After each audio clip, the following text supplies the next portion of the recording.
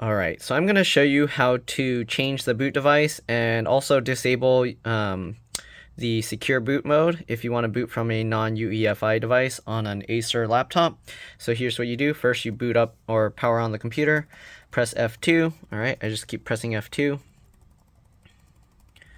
And then once it boots up, we should get to BIOS here. Okay, what you're going to want to do, if you go to boot here, you can see secure boot option is grayed out, and if you try and go here, all you can do is UEFI.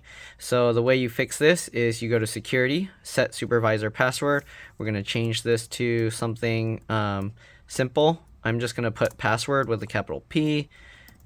I'm going to remove this later, but we're just temporarily setting this. If you want to remove it later, what you do is you go to set supervisor password again, type in the password you set, and then just press enter on all of these. Just leave them blank. Okay, so I'm going to leave that alone for now. But now if you go to boot here, you can see we can go to secure boot mode and we can disable that. I don't know if there's anything else in UEFI. No, there's not. So you can only do UEFI, but you can disable the secure boot at least. Alright, and then if you want to make it easier to get to the boot devices, what you can do is go to the main tab here, boot menu, F12, enable that. Alright, otherwise you'll have to change these settings here for what you want it to boot first. So right now I don't want it to boot my USB first. I'll change it myself. So I'll set that on top. Okay, and then we're going to exit saving changes. Now what I'm going to do, because I turned on that temporary boot button, we're going to press F12. And as you'll see, as I keep pressing F12, now we have the boot menu here, and I can select my USB drive manually. So that way it won't just keep trying to boot from the USB drive until I change the BIOS settings. Again, don't forget to change your BIOS settings back afterwards. Remove the BIOS password just in case so you don't forget it later. Because if you forget it later, then you're going to have issues if you want to boot from other devices in the future. Anyways, I'm going to be cloning the hard drive in here to an M.2 SSD. That's what I'm using this software for to boot. And yeah, so that's pretty much it. And I'll see you guys in the next one. So here you can see on this software, it has this.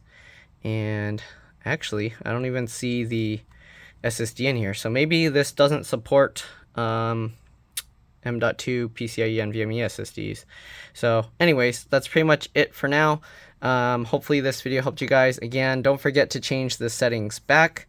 All right, and yeah, for now I'm going to shut this down. We'll boot it back up again, and I'll show you just to be safe so you know what to change back. All right, we're going to power it back on, F2 again. Of course, you can leave that F12 boot option on, okay?